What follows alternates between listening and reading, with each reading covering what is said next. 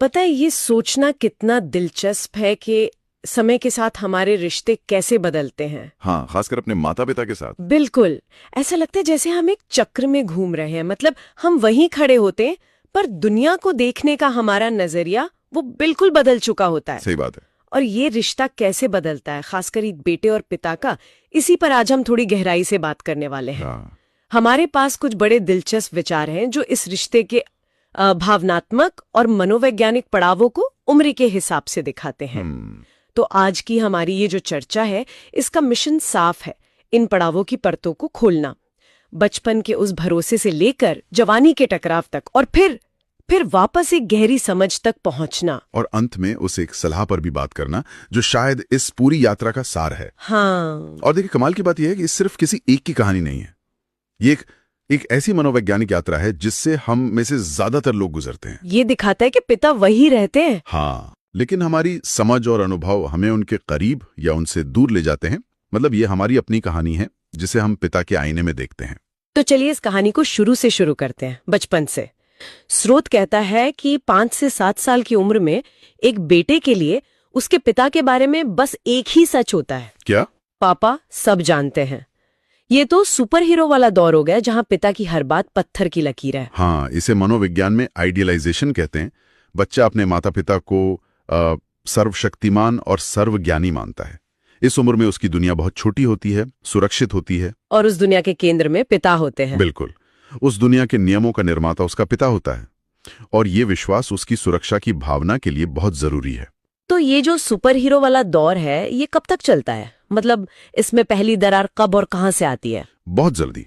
स्रोत के हिसाब से देखें तो 10 साल की उम्र तक आते आते एक नया ख्याल मन में आता है, शायद मेरे पापा सब कुछ नहीं जानते। अच्छा। अब देखिए, ये भरोसे का टूटना नहीं है, बिल्कुल नहीं। ये असल में बच्चे के अपनी सोच के विकास की पहली निशानी है। मतलब वो अब सवाल करना शुरू कर रहा है। हाँ, वो अब सिर्फ सुन नहीं रहा, वो सवाल कर रहा है। उसकी अपनी दुनिया बड़ी हो रही है, उसे स्कूल से, दोस्तों से, किताबों से नई जानकारी मिल रही है, और वो उसे अपने पिता के ज्ञान से तौल रहा है। और इस छोटी सी दरार के बाद तो जैसे एक तूफानी आ जाता है, किशोरावस्था।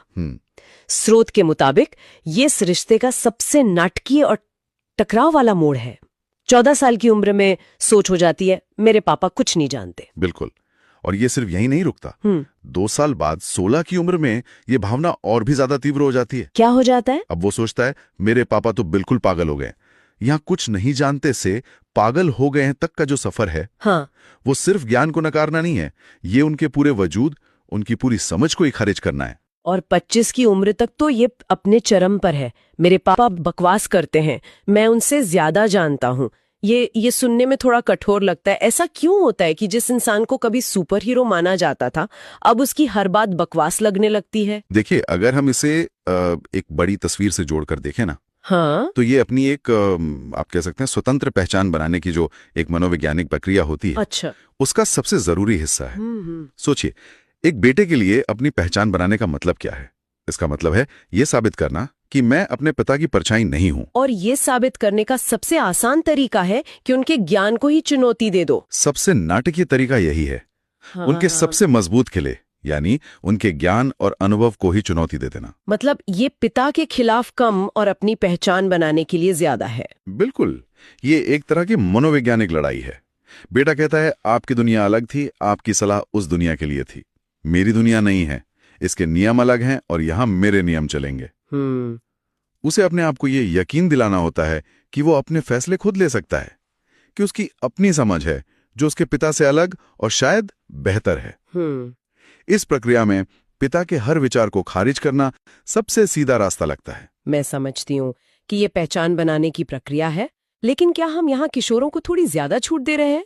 क्या ये सिर्फ मनोविज्ञान है, या इसमें सरासर बदतमीजी का भी कोई अंश है? क्योंकि पागल हो गए हैं या बकवास करते हैं जैसे शब्द, ये सिर्फ वैचारिक मतभेद तो नहीं दिखाते? ये बहुत अच्छा सवाल है, और इसका जवाब हाँ और नहीं दोनों है। देखिए, मनोविज्ञान किसी व्यवहार को सही या गलत नहीं ठहराता, वो बस वजह बताता है। उसके पीछे की वजहों को समझने की कोशिश करता है। अपनी सीमाओं को लांघना, अधिकार को चुनौती देना, ये सब पहचान बनाने की प्रक्रिया का हिस्सा है।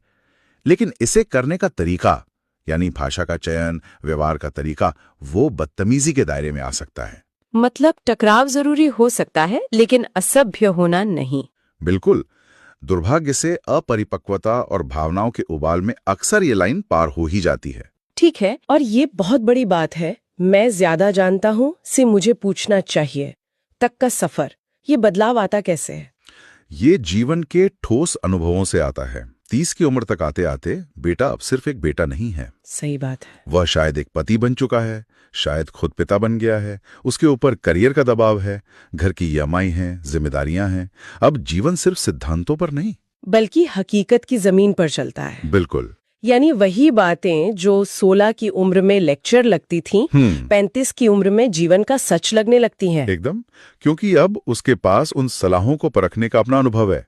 जब उसके पिता कहते थे पैसे बचाओ, तो वो बकवास लगता था, लेकिन जब उसे अपने बच्चे की स्कूल फीस या मेडिकल इमरजेंसी के लिए पैसों की जरूरत पड़ती है, तब उसे उस बकवास सलाह में छिपा ज्ञान समझ आता है। हाँ, अब वो सिर्फ सुन नहीं रहा, वो महसूस कर रहा है। और ये समझ वक्त के साथ और गहरी होती जाती है। 40 की उम्र में सोच आती है, मैं हैरान हूं कि मेरे पिता ने ये सब कैसे सहन किया। ये सिर्फ उनके ज्ञान की स्वीकृति नहीं है, ये उनके संघर्ष और धैर्य के प्रति एक गहरा सम्मान है। ये सहानुभूति का उच्चतम स्तर है। जब आप खुद उन्हीं चुनौतियों से गुजरते हैं, तब आपको एहसास होता है कि आपके पिता ने सिर्फ आपको सलाह ही नहीं दी, बल्कि उन्होंने ये सब चुपचाप जिया भी है। वो सारा दबाव, चिंताएं, हाँ, वो आर्थिक दबाव, बच्चों की चिंता, भविष्य की अनिश्चितता, सब कुछ। इस पड़ाव पर बेटा अपने पिता को एक इंसान के तौर पर देखना शुरू करता है, एक सुपर हीरो या खलनायक के तौर पर नहीं। और फिर ये चक्र 45 और 50 की उम्र में पूरा होता है। 45 में बेटा मानता है मेरे पापा हमेशा सही थे, और 50 की उम्र में काश मेरे पापा यहाँ होते, मैं उनसे कुछ सीख सकता।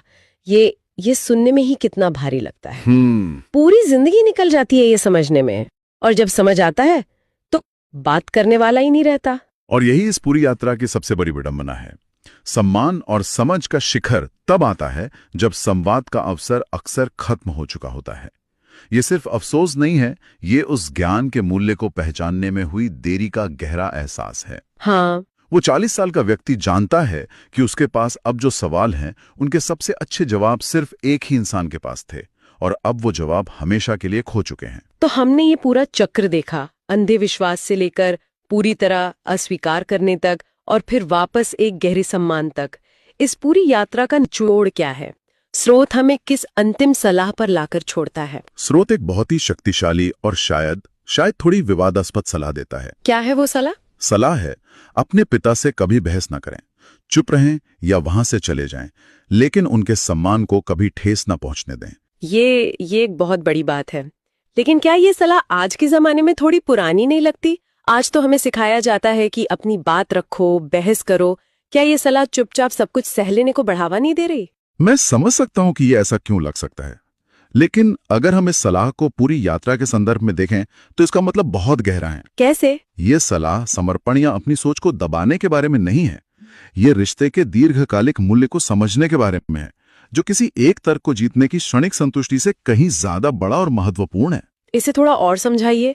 मतलब बहस जीतने और सम्मान बचाने में से सम्मान को चुनना क्यों बेहतर है? सोचिए, आप एक बहस जीत सकते हैं, आप अपनी बात को सही साबित कर सकते हैं।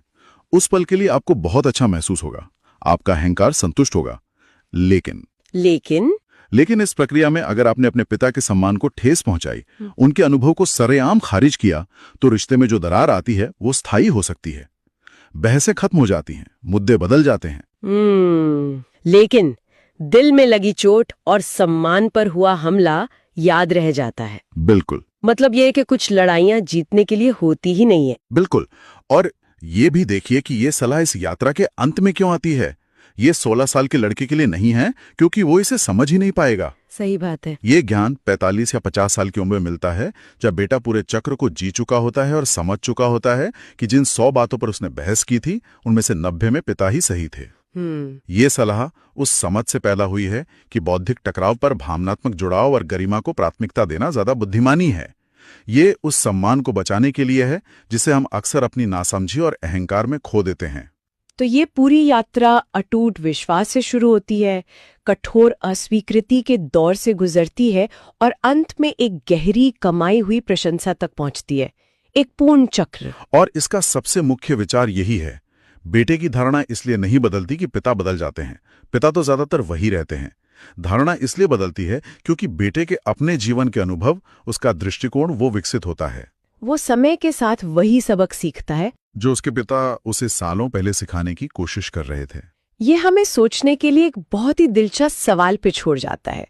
क्या ये सलाह सिर्फ पिता का सम्मान करने के बारे में है, या ये एक गहरा सबक है कि कुछ रिश्तों में सही होने से